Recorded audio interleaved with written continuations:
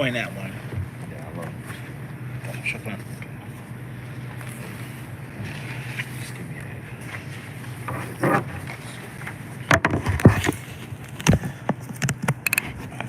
Let's start.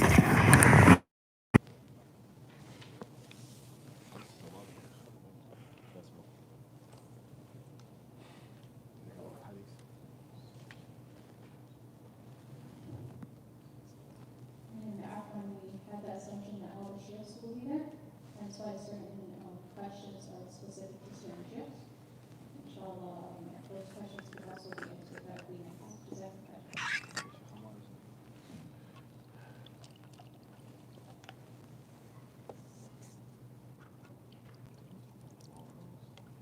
Stop a little.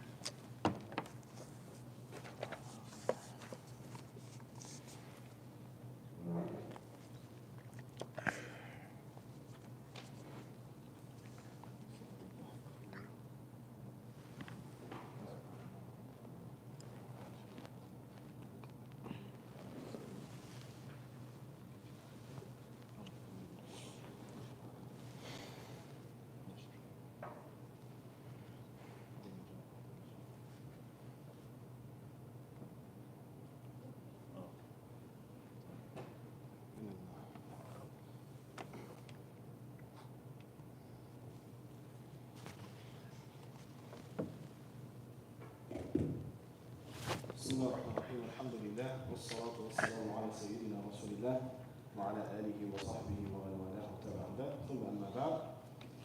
Inshallah, we'll start with the question that says, what are the books that you recommend for studying fiqh, hadith, and aqidah? Inshallah, I'll let the different shaykh answer for their specialties. As for fiqh, if you're a community, the recommendation for a beginner is to start by studying a madhab and choose the madhab that is prevalent in your area or the madhab that you can find teachers for where you are.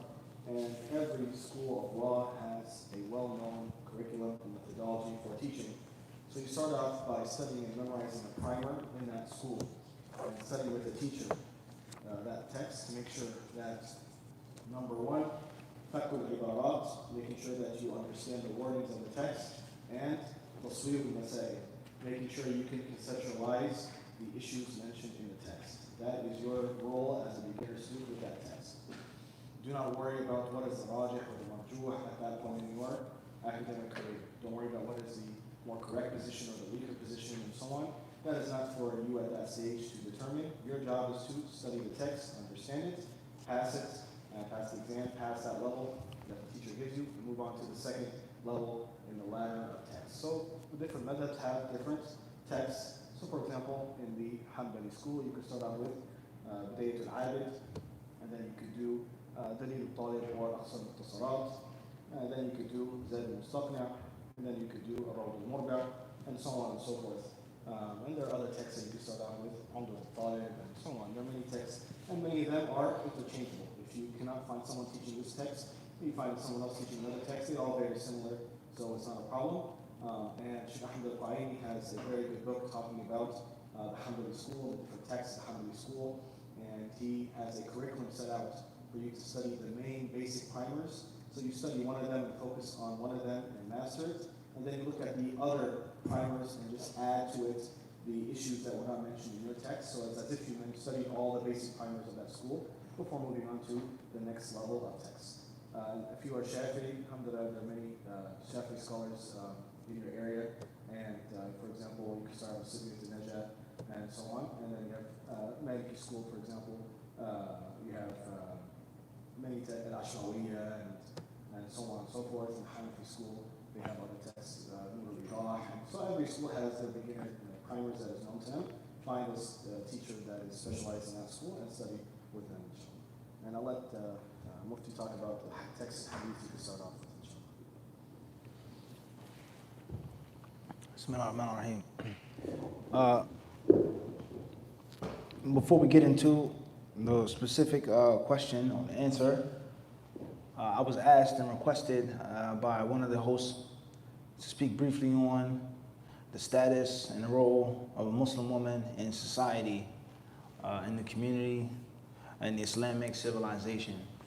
So very briefly, and I was requested, as I mentioned, a woman and her role in our Islam, first and foremost, we need a few basic principles.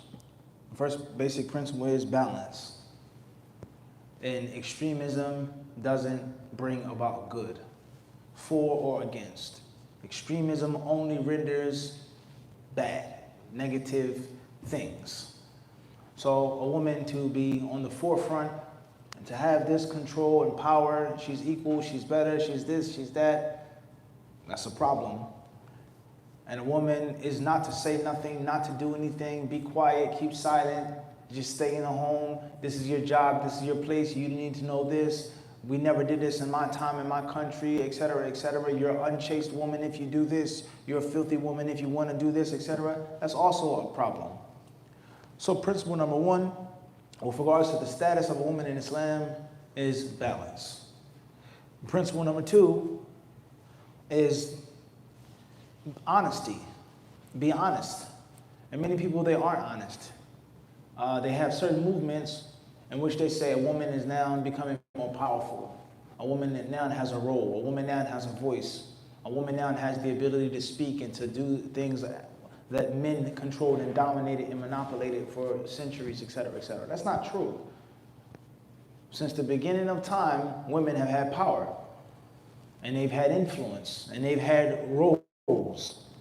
Was it always the front role, the main role, the prime role? Was it always orthodox that she was equal or better than a man, could do the job, could run, etc., etc., could steer the ship? Not necessarily. But women have always had strong influence on men. Adam alayhi salatu wasalam and Hawa. That's power, good or bad.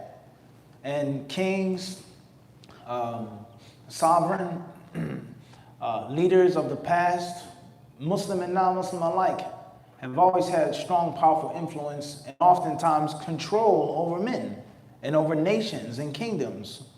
Things are a little different now, and yes, the nature of how we understand and practice Islam in America is a bit different. But it's not like it's a new invention, a novelty, something that the people of the 20th or the 21st century came up with. It's always been like that. And I would give advice to reading about the story of Sulaiman alayhi salatu wasalam in chapter Surah An-Naml, and the queen of Saba, or the queen of Sheba, Bilqis, some call her. Read that story. Read how she submitted. Read how she was forced to obey.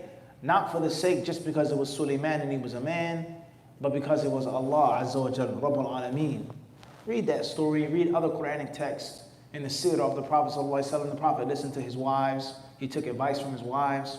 Khadija radiallahu ta'ala anha, one can say the first believer. And she was the one who comforted him, who consoled him, who was behind him. She was the one who took him to Waraqah ibn Nawfal.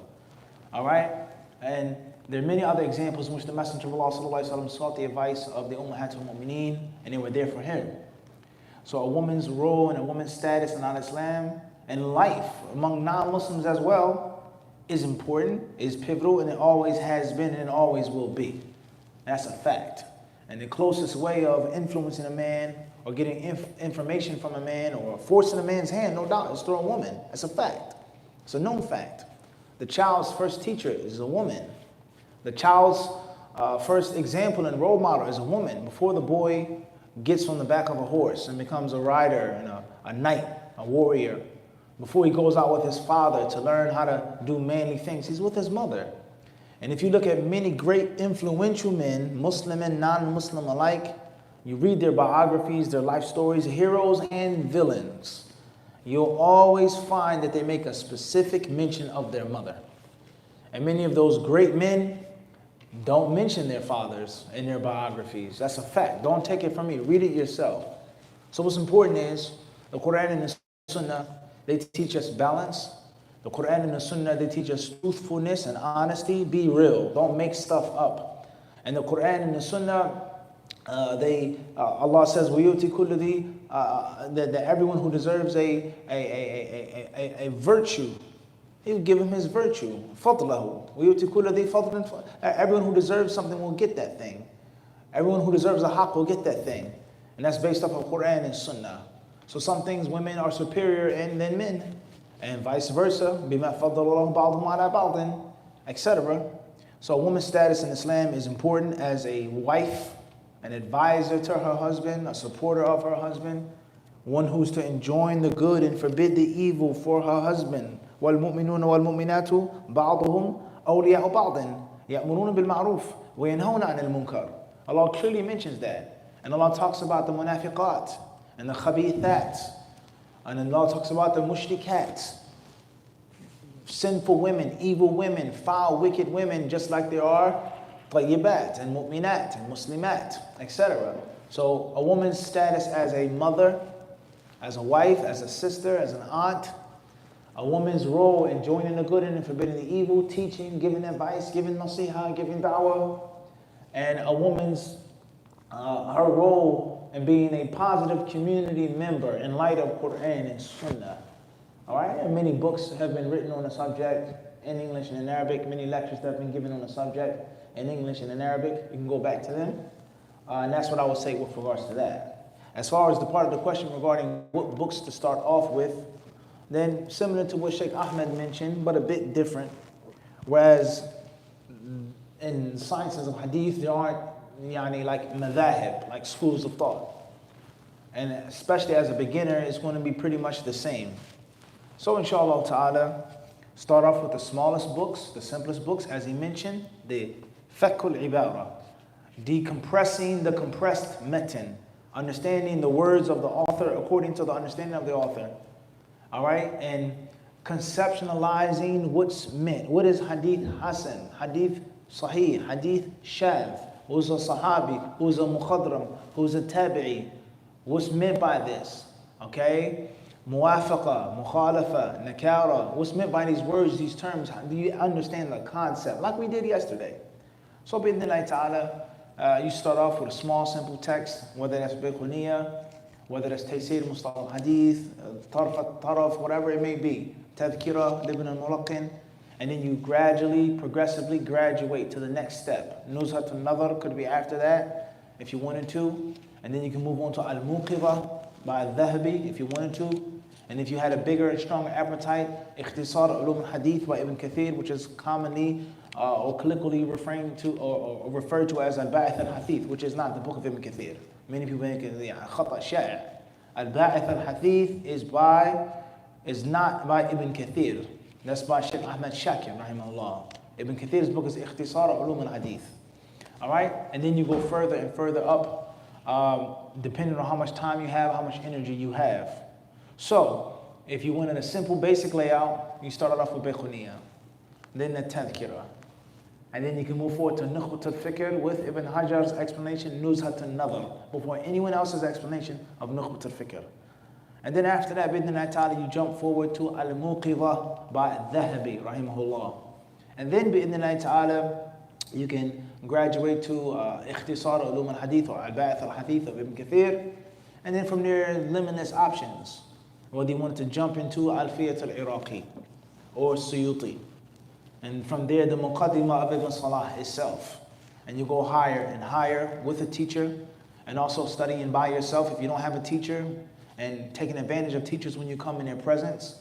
And of course, on the internet, is so much ease and facility. So many things have been made easy that were previously very difficult. You have all of that at your fingertips. Inshallah, you can check out our channel, HadithDisciple, in which we've explained in English and in Arabic, obviously read it in Arabic and explained it in English, alhamdulillah, many of those small mutun. Bayquniya is there, free. Tadhkira is there, free. Nukhbat al-Fikr is there, free. Taysir Mustalah Hadith is there, free. All of it's free. And you can, inshallah, study just from listening to those recordings, along with your own personal efforts. And Allah surely knows best.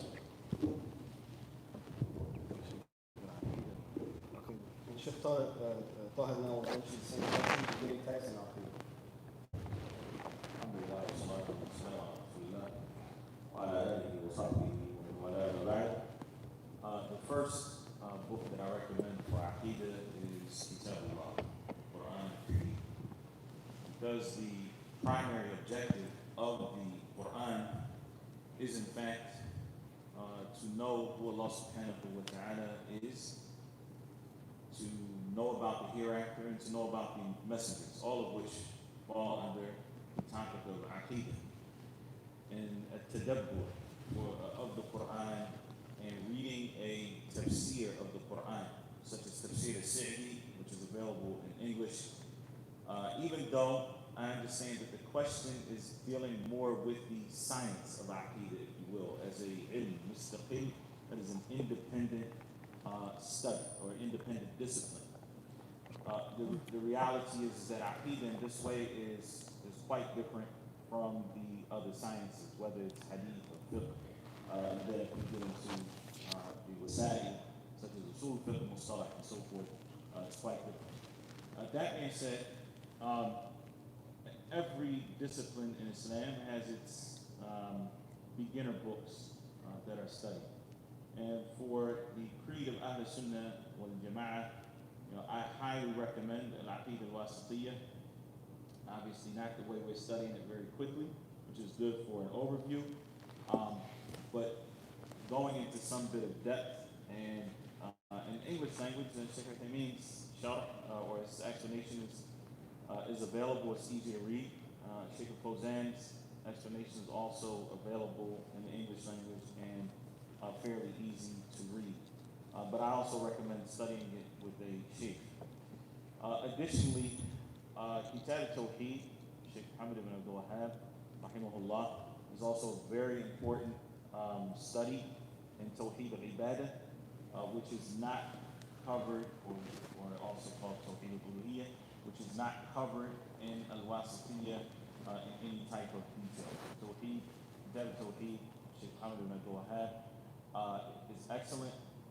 And if there was any one sharh or explanation that a beginner would benefit from, it would be Al-Qawl al-Sadid fi Sharhi Abwab Kitab al-Tawheed by Abdurrahman bin Nasir al-Sa'di rahimahullah, which is also available in English.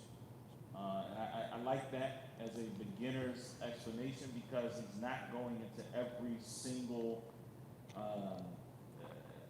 every single hadith and explain it, but he's giving you the overview of what the objective of Kitab al-Tawheed, each chapter in Kitab al-Tawheed is. From there, you can graduate to Sharh al-Aqidah al-Tahawiyah, which is long. The explanation of Ibn al-Izz is long, and it is a bit detailed, and it needs a shape. But it covers almost every major bab in Aqidah, every major topic in Aqidah. So that is a bit broader than both Al-Wasitiyah and Kitab al-Tawheed. Maybe before that, if you wanted to read A'lam Sunnah al-Manshura by Hadith al-Hakami, which is also available in English under two different names. The one name is 200 Questions on Aqidah by Hadith al-Hakami, and then I don't know how to translate A'lam Sunnah al-Manshura, but that is also available in English. Those four books will give you a very broad and round understanding of the major issues in Aqidah.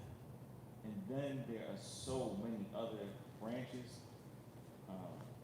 so many other sciences that actually fall into the discipline of Aqidah that it would take, an entire lecture just to start talking about the beginning books. But those four, inshallah, are available and should be studied. That being said, I also highly recommend any work that you can find from Ibn Taymiyyah and Ibn al-Qayyim in the field of Aqidah. And that's because Aqidah to me is not one of those things that you just keep studying so that you can broaden your theoretical knowledge. Aqidah is supposed to be lived. So it's like somebody who studies fiqh, and they can tell you inside out, you know, what the sunnahs are, how you can pray and what time you can pray, and they don't pray their own sunnahs. And they can tell you all the details about Salatul Witr and how the Prophet ﷺ made dua, what du'as he would make here, and they don't pray at night. I mean, what's the benefit of all of that knowledge if we're not implementing that knowledge?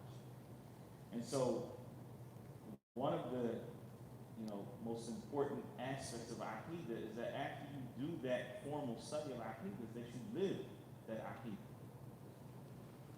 One of the most important books that deals with that subject, and I would highly recommend that you study it, is Tawfiq, Shajarat al-Iman, Tawfiq wal-Bayan, Shajarat al-Iman, Abdurrahman bin Nasir al-Sa'di, also known as Sa'di.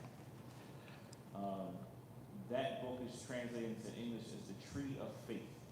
The Tree of Faith. And it deals with defining what Iman is and then how to increase in Iman. It's a tremendous book, also in a major area of Aqeedah. And many other things that could be mentioned, but we're going to get to the rest of the questions, inshallah ta'ala, wallahu a'lam. There's some questions here addressed to Sheikh Ahmad Shaheen. What are the steps that a person can take to protect themselves from the evil eye? What is the name of the book you mentioned during yesterday's lecture? And I've noticed that sometimes after attending an event, I'll get physically sick. When I leave, I feel better. What can I do? The Sheikh is running a little bit late. I sent him these messages on text. And he said, inshallah, they'll be answered today. He has a Ruqya workshop, if you guys know. Today he's doing he's going to finish his text on the Qawaid. There's only a few lines left of the text. Then he'll have a whole workshop on Ruqya. So inshallah we'll save these questions for that event and he'll cover this inshallah, and you can ask him if there's something he doesn't cover. We have a couple of questions, so we'll let Mufti take the questions that were addressed to him inshallah.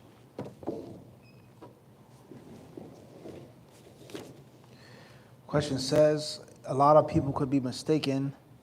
How do we know the mutawatir hadith is authentic? Referencing the example you gave of a lot of people getting the reality of Prophet Isa wrong. Mutawatir is something that's known and mentioned to many, if not most, of the later scholars of hadith. There are several books that they wrote just on a hadith which is considered to be mutawatir.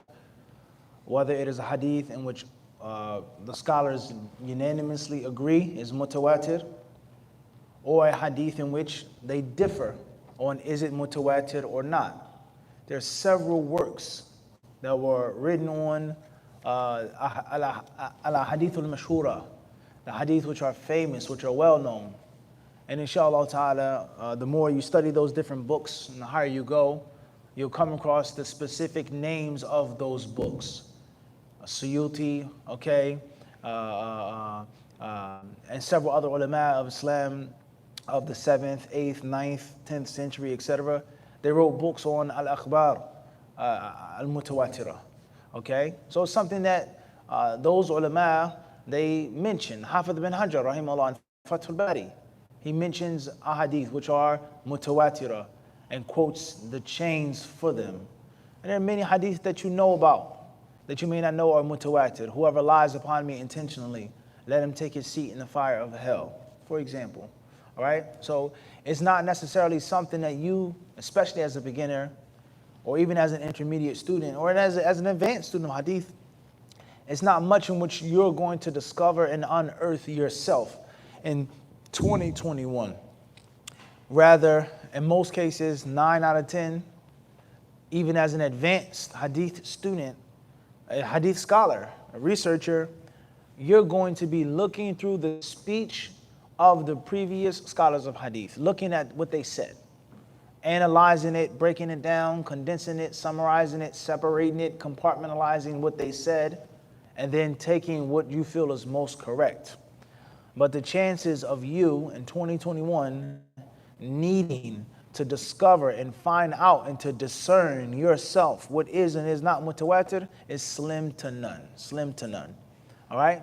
And this is the affair in maybe most sciences. And today, we have the most important task of tahleel, analyzing what the previous ulama said. Not too much is going to be brand new, fresh, with exceptions to, of course, fiqh. Fiqh is always going to be something fresh, it's always going to be something new. And in reality, if you look at many different modern fiqh websites and fatwa websites in English and in Arabic, 99% of the stuff is based off of what's already been said and established.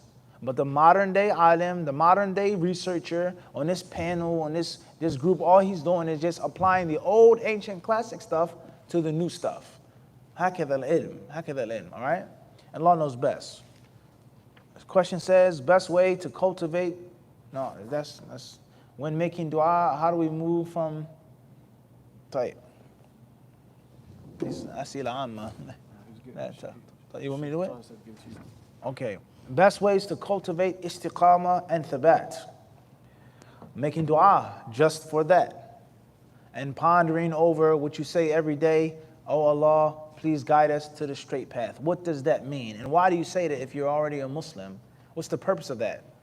And there are many benefits that you can get just from reflecting on that one ayah. And we know that Ibn al-Qayyim, rahimahullah ta'ala, he has a very long discussion on what is extracted from that one verse. Ihdina siratul mustaqim. All right, outside of Madarij al-Salikin. He talks about this in detail from the different things that can be taken from that one ayah. So reflect on that. Why do I say that? If I'm already a Muslim, first and foremost is, just because you're a Muslim now doesn't mean you're going to go to sleep as a Muslim. May Allah protect us from that. Just because you're a Muslim doesn't mean you're a perfect Muslim. Just because you feel that you've reached some perfection doesn't mean that there aren't higher levels, etc. So just think about that. Thabat, istiqamah. I'm a Muslim. I already bear shahada la ilaha illallah Muhammad Rasulullah, but there's still levels, and it doesn't mean that you're going to have longevity, like we said last night. So these are some of the ways, making dua for that, asking Allah for that. Secondly, pondering on what you say, guide us to the straight path of Allah. Thirdly, of course, knowledge. No doubt about that. The more knowledge you gain, and inshallah, the more implementation of that knowledge, as Abu Abdul Razak just mentioned, acting upon the ilm is a way of Allah Azza wa Jal increasing you in guidance, as He says in the Quran. As He mentions about those who are guided, we have increased them in guidance. We have given them their taqwa. Allah mentions different verses, okay? And then on top of that, how to cultivate your istiqamah and your thabat, you have to look up. You have to have positive role models that you aspire to be like. And of course, the Sahaba and the Tabi'een and the four Imams and the great ulama, Sheikh Ibn Baz, Sheikh Uthaymeen, Sheikh Al-Albani, this one, of course. But we're talking about living, walking, talking role models from your race, from your culture, from your hemisphere, people that you can say, I want to be like that. Bi-idhnillahi ta'ala. That's what I would say, and that's in brief. When making dua, is it better to keep it general or specify our duas? Fadal, Shaykh. On the topic of istiqamah, Ibn al-Qayyim, rahimahullah ta'ala, in Tariq al-Hijratain, he mentions 10 steps towards istiqamah. And the first is, I'm not going to mention all of them. I believe I did a lecture in California with you, Sheikh, on istiqamah, which is available online. But I do want to just mention this first point, because this is the key to istiqamah. Harasat al-khawatir, that you guard your fleeting thoughts. Okay, what does that mean? Every evil deed starts out as a thought that came to your head. Everything you do that's wrong started out as a thought, and everything you do that's good started out as a thought. Now, a lot of thoughts that come to our mind, they're fleeting thoughts. They're not things that you actually have control over. What you do have control over is, are you going to entertain that thought? Okay? So what happens oftentimes is you see something that drew your attention and then it made you think a certain way. Okay. You unintentionally saw something. And now it brought a thought to your mind. what are you going to do with that thought? Are you going to keep on entertaining that thought? And therefore, it turns from a regular fleeting thought into now an intention, and from an intention into determination to do something. Again, everything that you do, whether it's good or bad, starts out as a thought. If you can protect those thoughts, then you will be on the path towards istiqamah. And then there are many other things that come after that, but the idea is that it's very important for us to control what we can control. And your thoughts are very important. So harasat al-khawafir, as Ibn al-Qayyim says, is the first path or first step towards istiqamah. One thing before I pass the mic back to Mufti, because somebody might say, well, how can I protect my thoughts? So, you know, how do I even do that? And the one thing that, you know, that will help with this, with Allah's aid and Him, you know, protecting you and guiding you towards this, is to genuinely be shy. That Allah subhanahu wa ta'ala, you know that He knows what you're thinking. You know that He knows what you're thinking. You know that He created your heart and your mind for a certain reason. So don't use your heart and your mind in a way that's going to be displeasing to the one that created it. That there is important. And if you're shy, that Allah subhanahu wa ta'ala would know your thoughts. I know this thought that I have in my mind that's going to lead to me now having the intention to do something, and then the determination to do something, and then actually carrying out that action, then you'll stop in your tracks, inshallah, because you want to be pleasing to your Creator, Tabarak wa Ta'ala. Jazakallah khairan. Alhamdulillah, Sheikh just reminded me, I did a lecture on this a couple years ago, Masjid Taqwa, on Madakhil al-Shaytan ala al-Abd, and Min al-Jawab al-Kafi, Adhunnu. Ibn Qayyim, he talks about that in other places, how Shaytan attacks the son of Adam, how he, literal translation, how he enters upon him. And he mentions from that, as we said, the fleeting thoughts. May Allah protect us from that. As far as the question, when making dua, is it better to keep it general? And inshallah, the reason why I mention that is you can check out that lecture on the channel. When making dua, is it better to keep it general or specify our du'as with specific details? Do both, inshallah. And of course, the quickest way or the fastest way between 2 points is a straight line. And that straight line is the prophetic supplication. The Prophet ﷺ supplications are there, they're laid out. Of course, they were pleasing to Allah subhanahu wa ta'ala. There's no issue. Can I say this to Allah? Can I ask Allah for this? Is this too much? Is this being rude with Allah? Is this being greedy? The Prophet's supplications were approved by Allah Azza wa Jalla. Khalas. So the fastest way between point A and point B is a straight line. And many things that you think about or feel or want or fear, you'll find them falling under the general prophetic supplications. And the more you read and the greater amount of knowledge that you gain, you actually find the Messenger of Allah ﷺ asking Allah's protection from specific things. Asking Allah for the gift of certain things. The Prophet talked about sadness, worry, grief, being in debt. There's dua for marriage, for a child, etc., etc. That's number one. Number two is that there's nothing wrong with asking Allah Azza wa Jalla for something specific that you want that's happening in your life in your language. However, just be mindful of what you say. And there is an etiquette of dua, and there's an etiquette of asking Allah and begging Allah and speaking to and with Allah. There's an etiquette. And many people, they transgress that etiquette. All right? So you can't go wrong with the prophetic supplications. And in general, there's nothing wrong with making a specific dua in your language about something special. But oftentimes, you don't have to give but so many specific details. So you're going into an exam. You're afraid, you're anxious, you're afraid of failing or not doing as good as you need to do. Your parents, it's a lot of pressure on you to ace this exam. And a person says, oh Allah, allow me to get a 99. Oh Allah, allow me to be the valedictorian. Oh Allah, allow me to pass this test. Oh Allah, allow my parents not to find out.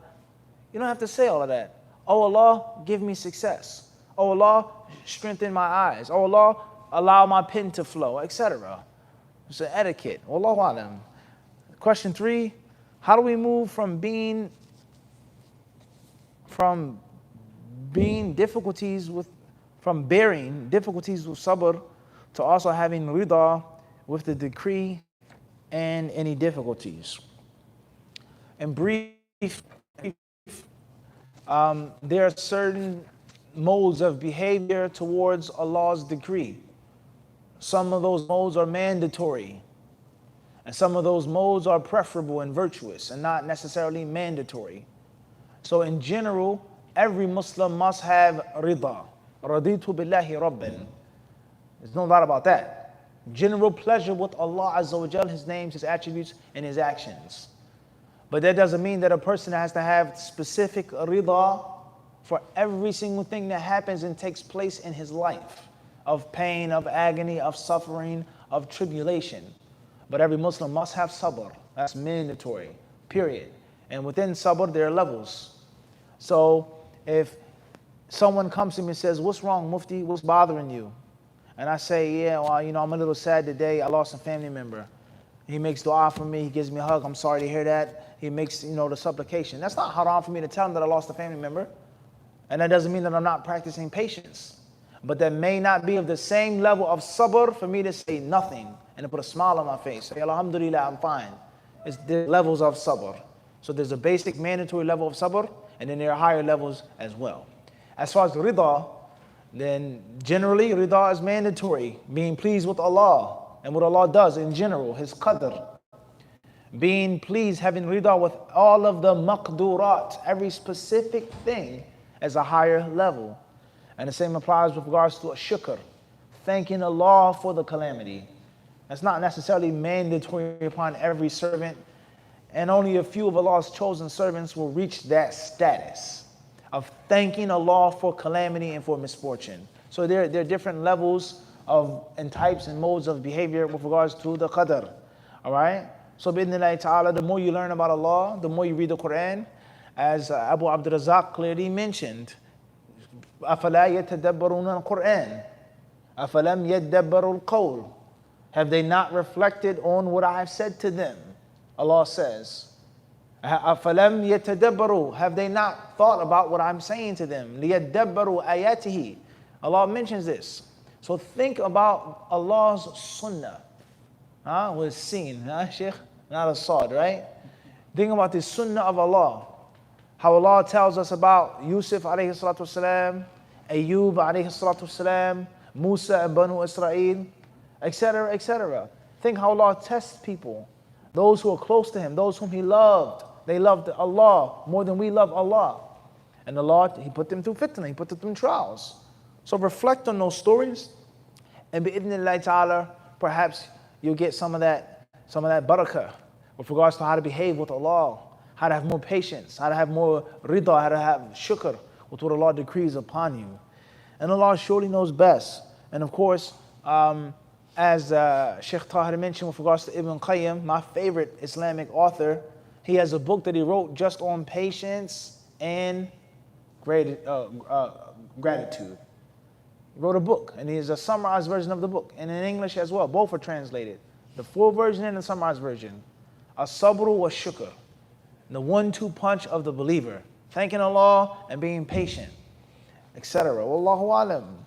How do we make time for halal leisure without the leisure turning into a form of ghafla? That's a difficult question.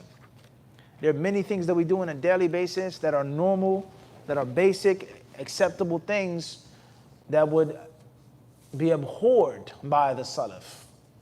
They pass by some of our sittings and circles when we eat, when we travel, what we eat, how much we eat, how often we eat, the clothes we wear, the name brands that we have.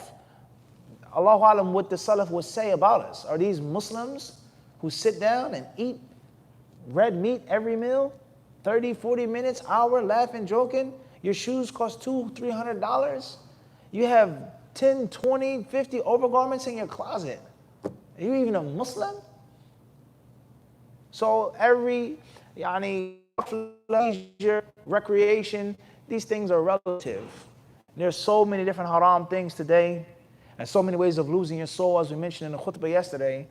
Try your best to make sure that it's permissible and lawful. As long as it's not haram, inshallah, that's a good step.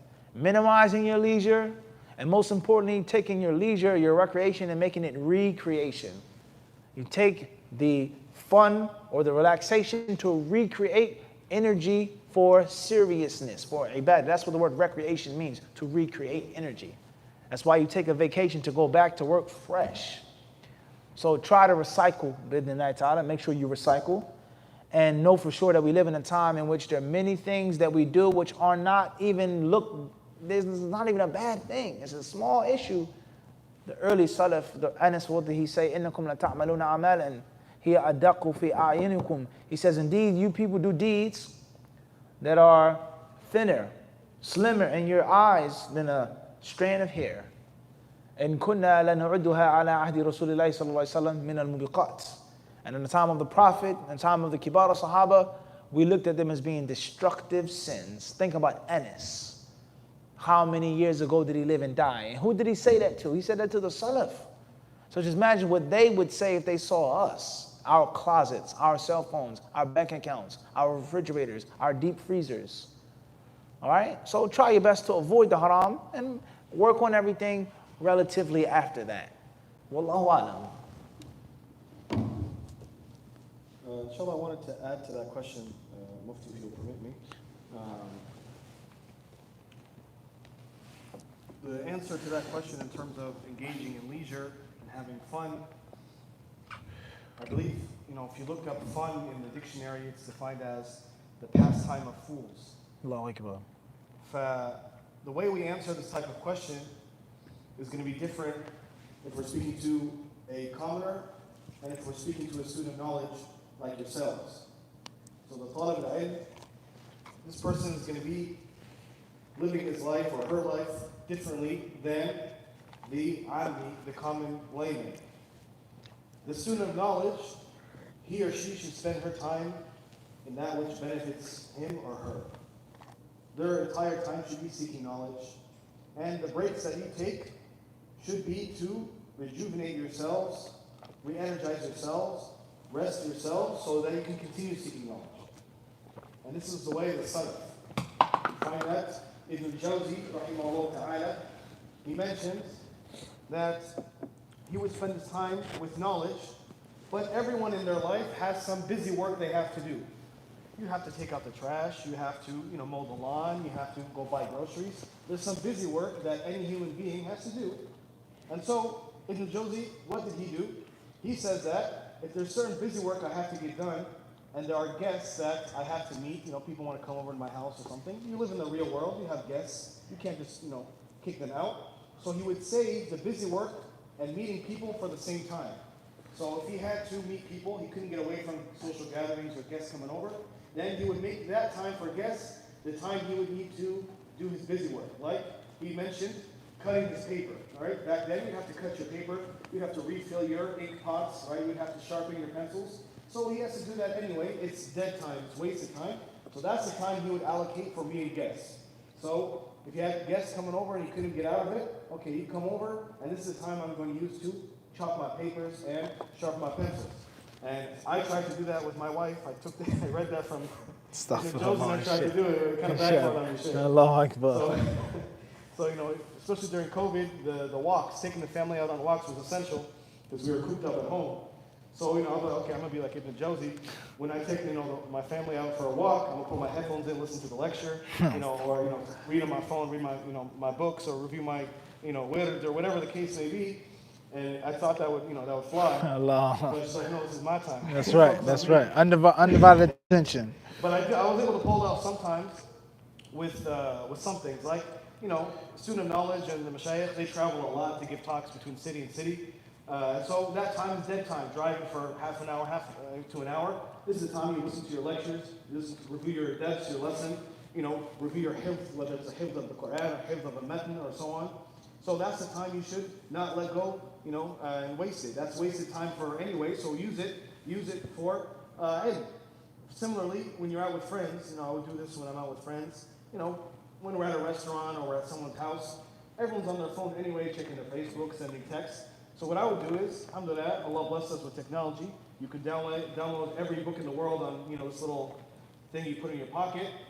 So I would download the books that I wanted to review and read anyway. So while everyone's, sitting in the gathering looking at their Facebook, I would read my PDF. So that's how you can kind of turn, leisure time and things that you have to get done anyway, also into something beneficial.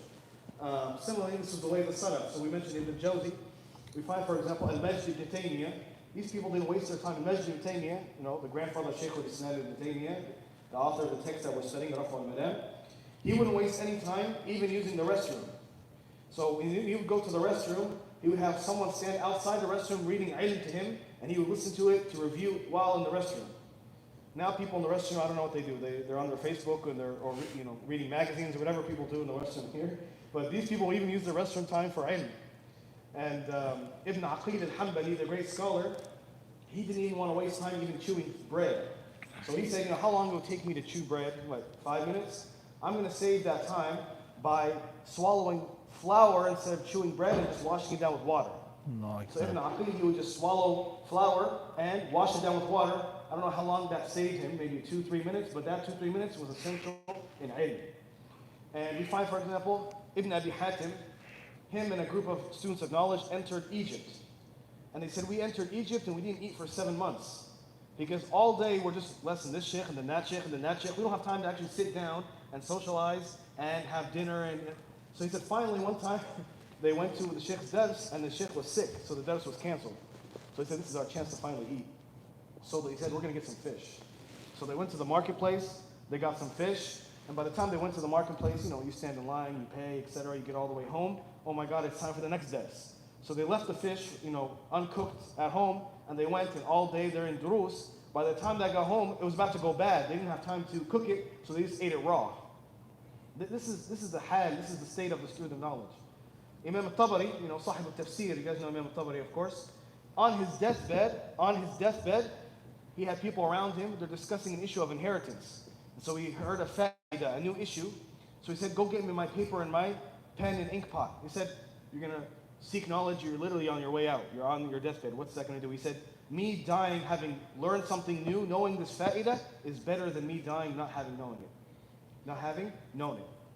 And we find, for example, Imam al-Nawawi had 12 durus a day. 12 durus a day. We have only in this dawrah, 3 or 4 a day, and subhanAllah, some people may not be able to take it. Imam al-Nawawi had 12 a day. And Imam al-Bukhari, he would wake up, I believe, 20 times a night to write hadith.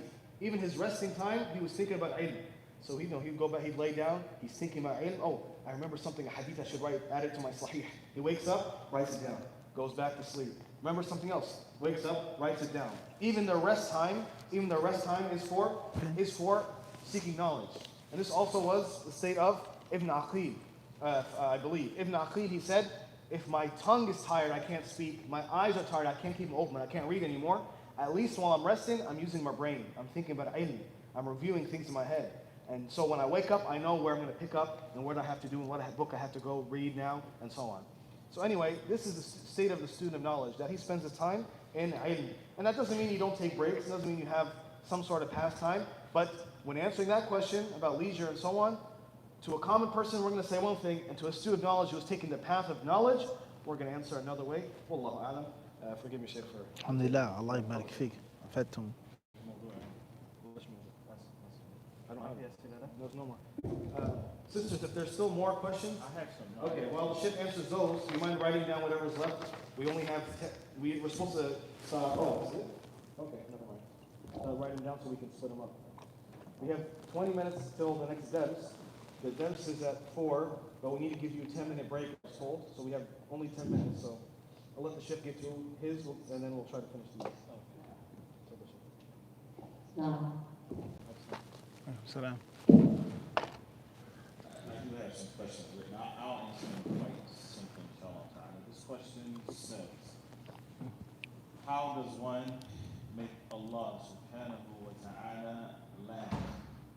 And the answer to that question first and foremost is that we only know about the attributes of Allah subhanahu wa ta'ala, that which has been revealed to us. And so we know that Allah Azza wa Jal laughs, as we covered yesterday, at the person, at two men, one of them who kills the other, but both of them enter paradise. We know from the hadith of the Prophet ﷺ that Allah laughs because we fall into despair at the slightest thing and how quickly Allah subhanahu wa ta'ala removes that affliction from us. So he laughs because of that. There are certain hadith, they may or may not be authentic, depending on which scholar is looking at them. For example, that mentions that Allah subhanahu wa ta'ala laughs at the man who stands at night, even though he has a comfortable bed, and he has somebody waiting for him in that bed when he stands, and he prays to Allah subhanahu wa ta'ala, so Allah Azza wa Jalla laughs at that person. But other than that, without explicit text, we don't know, what makes Allah subhanahu wa ta'ala laugh, other than that which has been revealed. That being said, we do know, that there are many things that please Allah subhanahu wa ta'ala. And striving to please him should be our objective, because that is the path towards Jannah, wa ridwan min Allahi akbar. And attaining his pleasure is even greater. That's Allah subhanahu wa ta'ala to be pleased with us. Like this hadith says, this question, says, could you clarify what affirming the perfection of the opposite means when talking about Allah's names? Not when talking about Allah subhanahu wa ta'ala's names, but when talking about his attributes subhanahu wa ta'ala, because some of those attributes are attributes of negation. And so, what that means is that Allah subhanahu wa ta'ala negates that he sleeps. Okay, so what is the opposite of sleep? Being awake. Okay, so when we talk about that attribute of negation, which is that he does not sleep, then we affirm the opposite in its perfect form. So we affirm here, I know it's a little bit not exactly the opposite, but awake. Awake is a sign of somebody being alive. Death is like, sleep is the cousin of death. So we affirm the opposite, which is life in its most perfect form. So Allah subhanahu wa ta'ala has the most perfect and complete life. How is it different from the life of everything else? It is not preceded by a non-existence, and it doesn't have an end. So Allah subhanahu wa ta'ala is eternally alive and will always be alive infinitely subhanahu wa ta'ala. So that's what it means when we say we affirm the opposite, the perfection of the opposite. That's, I don't know if there's a better example. You got another example? Likewise, Allah subhanahu wa ta'ala says, he has not taken a child. So he does not have any children. When the scholars talk about the opposite of this, when people have children, they grow older, those children tend to take care of them. They need their children for their lineage to, proceed. Their children become part of them and part of the family and so on and so forth. The opposite of that is Allah subhanahu wa ta'ala being totally not in need of anything, being totally independent subhanahu wa ta'ala, being totally ghani and kulli shay, that he is rich and independent of need subhanahu wa ta'ala, and also his uniqueness. So anyone that has a child, that child will resemble them some way, somehow. And so Allah subhanahu wa ta'ala is, when we affirm the perfection of the opposite, we are not just negating that he has a child, but we are affirming his oneness subhanahu wa ta'ala and his independence. Like, those are the questions that came to me. The last question is about the proper way of requesting me to oversee a publication company. You can email me, inshallah, and I pass it off to somebody down there, inshallah. Mm-hmm. Or we can let the sister ask questions. They got questions. Right. So then we gotta look at them. Thought though, doesn't matter to me. Finish. You wanted to go ahead? You can ask questions. عليكم السلام ورحمة الله. Sir, I have a question. Sorry, my English is not good, but I'm gonna try. Can a sister become a shepherd? Like, can she become like a scholar? My other question is, this environment we live in, this country especially, like, how can we like become together? Like, because as a culture, we just say, this is masjid, it's like Arab, or this is masjid, it's like Somali, or we can communicate, or they just feel like because this is Arab, they feel like they know the whole deen. How can we all become together and tell our youth and stuff like this is not Islam? And my other question is, how can someone stay away from the sin, like zina? Like, how can you ask Allah to, make yourself stay away from haram places? Salah. ما شاء الله. الشيخ. We're now upstairs on that. All right, so we don't have a lot of time left, probably less than 10 minutes, so I'll try to be extremely brief. Question one, yes, a woman can become a scholar in Islam. It's possible, and it has happened. Question two, how do we settle some of our differences, come together and unite? Arab masjid, Somali masjid, Black American masjid, Latino masjid, et cetera, et cetera. Well, first and foremost is we don't have a choice. It's obligatory for us to work together as Muslims, and it's obligatory for us to strive towards minimizing and eliminating our differences. It's not an option. It's not an optional manner. All right? It's an Islamic obligation. Thirdly, how to avoid zina and ask Allah to protect you from zina, so on and so forth. There are many prophetic supplications with regards to seeking Allah's refuge from the evil of one's desires, one's lusts, purification of the heart, purification of the mind, etc. There are many Quranic supplications, prophetic supplications with regards to protection from that. And last but not least is try your best to stay away from the reasons and the things that will lead to zina. As Allah says, do not come near it. And Allah surely knows best.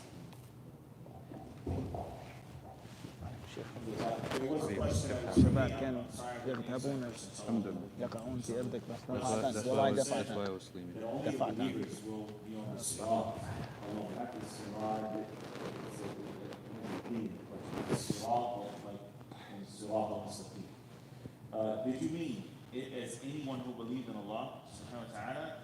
Are there specific things mentioned that people will do that will cause them to fall off the sirat? Like, so what I mentioned is based on the hadith of the Prophet alayhi salatu wasalam. Very, very long hadith. Sahih Bukhari and Muslim. The Prophet alayhi salatu wasalam is describing what is going to happen on Qiyamah. And everybody will be together, and Allah Azza wa Jal has divided the people in general into three categories. There's believers, and it doesn't mean that they have full iman, but so Muslims, mu'min, that's one category.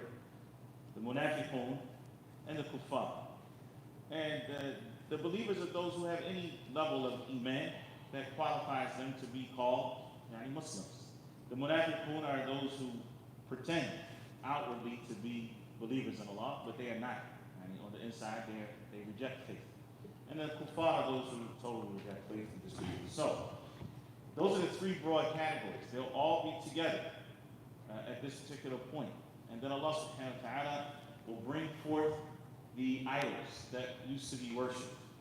And everybody will follow what they used to be worshipped, and what they used to worship, and they'll follow them into the hellfire. So that takes care of the kuffar that are outright disbelievers.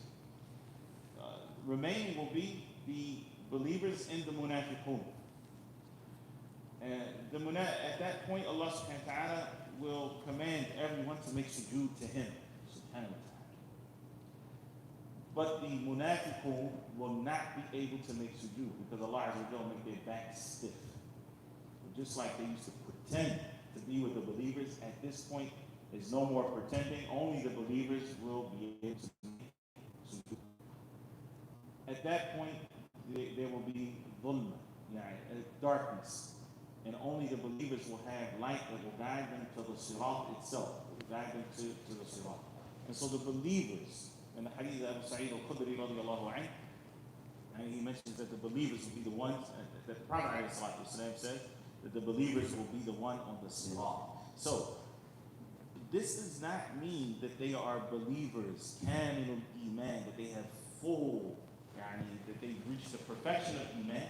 But it's all of those who believe in Allah subhanahu wa ta'ala and will be classified as Muslims. The specific things that people will do that will cause them to fall off the sirat, no, not specific things, but it's going to be based on their deeds, period. How fast a person crosses the sirat is based on his deeds, and if he does not cross the sirat, it is because his bad deeds outweigh the good deeds, and therefore he will be caught by one of the kalalib, or the hooks that come from the fire that pull people down, and Muslims into the fire. And Allah Azza wa Jalla has also categorized the believers in three different categories. ثم أورثنا الكتاب الذين اصطفينا من عبادنا فمنهم ظالم لنفسه. There are those, and this is talking about those who have the book, the Quran itself, and who follow the Quran. فَوَمَصْلًا ظَالِمٌ لِنَفْسِهِ وَمِنْهُمْ مُقْتَصِدٌ وَمِنْهُمْ سَابِقٌ بِالْخَيْرَاتِ بِإِذْنِ اللَّهِ. So there are those who have wronged themselves, either by committing sins or leaving off some of the wajibats, and leaving off some of the obligations. And there's the muqtasid, the one who fulfills his obligations and stays away from the haram. And there are those who are sabiqun bil khayrati bi'idhnillah, that is that they strive to do the good for the pleasure of Allah and with Allah subhanahu wa ta'ala's permission. And these people are the ones who not only do their obligation, but they increase upon that. They don't just leave off the haram, but they leave off the makruhat. And they are also various levels. Each one of these are various levels. So not every dhalim li nafsihi is the same. Not everyone who wrongs himself is the same. The one who wrongs himself with minor sins is not like the one who wrongs himself with major sins. The one who does the mubiqat, like zina, and so forth, is not like the one who commits the major sin like backbiting. It's not the same. So, are there specific things, not that I'm aware of, but in general, that a person does their best to avoid the sins and to repent to Allah subhanahu wa ta'ala for the sins that they have committed. Alhamdulillah, Sheikh Amar has honored us with his presence, so we'll let him take the questions that were addressed to him. بسم الله الحمد لله والصلاة والسلام على رسول الله وعلى آله وصحبه ومن والاه واتبع هداه إلى يوم الدين وبعد. The first question, the sister asked what book did we mention yesterday. I mentioned many books, so if you could be more specific on what do you mean by what book we mentioned. If you mean the Qawa'id, I'll mention some of the books today that you could use as reference if you are Arabic speakers, or you could read Arabic. English, I don't know the Mashayikh, maybe Sheikh Tariq, Sheikh Ahmed, or Mufti Muhammad could tell you about it, inshallah, but I am more into Arabic than English, so I'll tell you, inshallah, the names of the Qawa'id books that you could take as reference today.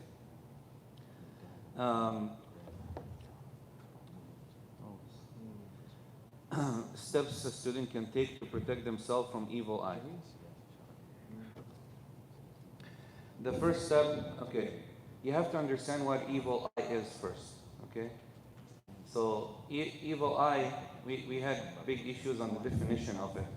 And we asked the experts, and I'm not going to tell you who are the experts, but evil eye is mainly an effect that is caused by a shaitan to harm the individual due to an effect of the person who gives the evil eye. So there's always a shaitan connected, meaning if a person gives someone evil eye, then this shaitan will come and cause harm to them. So the best of protection is to protect yourself through the adhkar and the Quran and the sunnah of the Prophet ﷺ and the du'as and so on and so forth. One of the things that I would recommend the most if you want to protect yourself from evil eye, is that you don't speak about what you do or what you achieve as much as you can. Because this is when it happens. When people start speaking about it, they start showing it to others, then they start getting the evil eye. So if you want to really protect yourself, then try your best to keep things to yourself. Evil eye has two effects. An effect that happens before and an afterward. So if the effect did not take place yet, then the Quran and the Adhkar and the Sunnah and the Ad'iyah, the Du'as and so on and so forth. If the effect did take place upon the person, and if somebody gives you the evil eye and there is symptoms out of that, then we have to do a different treatment, which is a very long lecture. But at least if you know the person himself directly, the only best, easiest, to the point solution is that if you know the person and you ask him to to make wudu in a certain way, and then you shower with that water, that is the complete pure. That is known. And the way they do that is they make wudu like the regular wudu, and you collect the water that they are using, and they wash their stomach area, they wash their knees, and they give you that water that they have used, and then you shower. If you don't know the person, then bring in water, do the adhkar on it, do the ruqyah, the full ruqyah on it, and shower with it for a few days. Inshallah, the evil eye will be gone away from you. And when we do the full workshop, maybe not this time because it will take a few hours. Ibn al-Qayyim said the evil eye is like, that's a good translation. Evil eye is like the laser that comes out of like the laser effect. He said it is something like that. Honestly, I asked some people who are, should we say or should we say? Let's say some people ask, and every evil eye has a shaitan.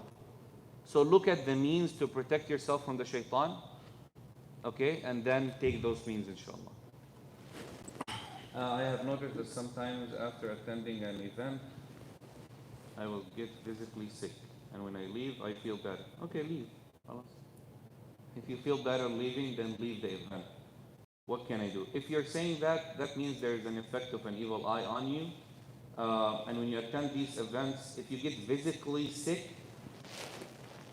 then that means there is a specific person or a group who are giving you the evil eye because of the way you dress or the way you look during these events.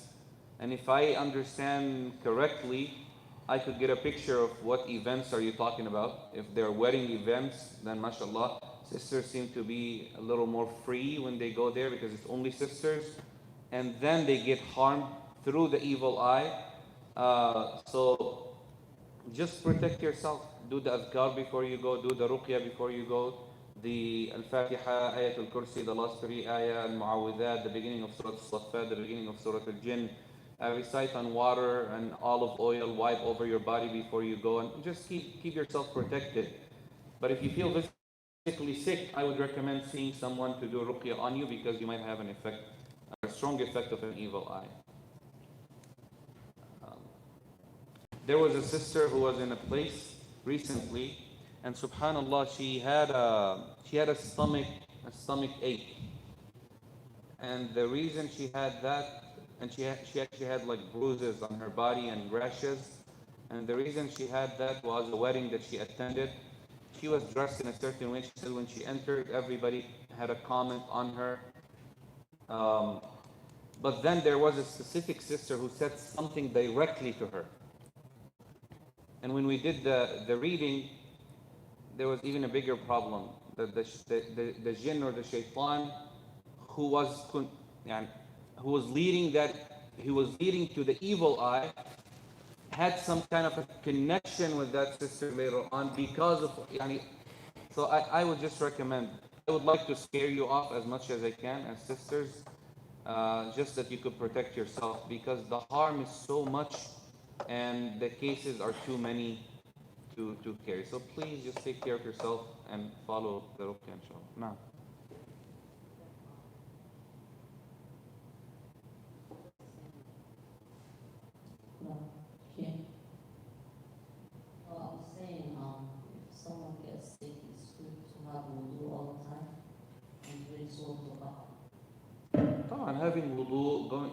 before you go to a wedding or something, then have wudu on, recite upon yourself the ruqya, as we said, the adhkar, try your best.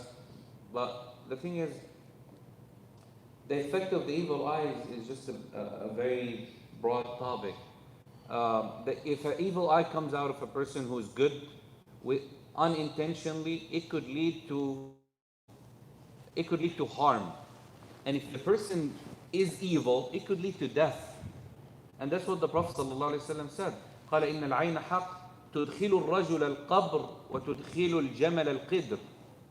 He said, evil eye is true. It could lead a person to his grave. And Rasulullah ﷺ in the hadith of Sahel, when he said, قال النبي صلى الله عليه وسلم على ما يقتل أحدكم أخاه هلا برك, why would one of you kill his brother? So he mentioned the word يقتل. So it could lead to death. And I have seen cases, if I tell you about you, I have seen severe cases of evil eyes that led to a lot of problems. In Minnesota right here, I won't tell you where, but in Minnesota there's a known case of a brother who had the evil eye, and the evil eye caused an effect upon him to a point that he had an eye inside his stomach, like an eye, like an ulcer. So when they did the CAT scan, and Sheikh Walid knows that, we actually were talking about it, and when they did the CAT scan and the doctor saw that, the doctor told him, you don't need medical treatment, you need a spiritual treatment. And he's even non-Muslim. He said, we don't know what that is. You have an eye inside your belly. And it's like an ulcer, but they took biopsy out of it and they said, we don't know what's going on. It took some time to treat this person, but just be careful. That's all I could say, inshallah. Jazakumullah khair. Other class will start at 4 o'clock. Okay. We'll stop here, inshallah, because class is going to start. We have many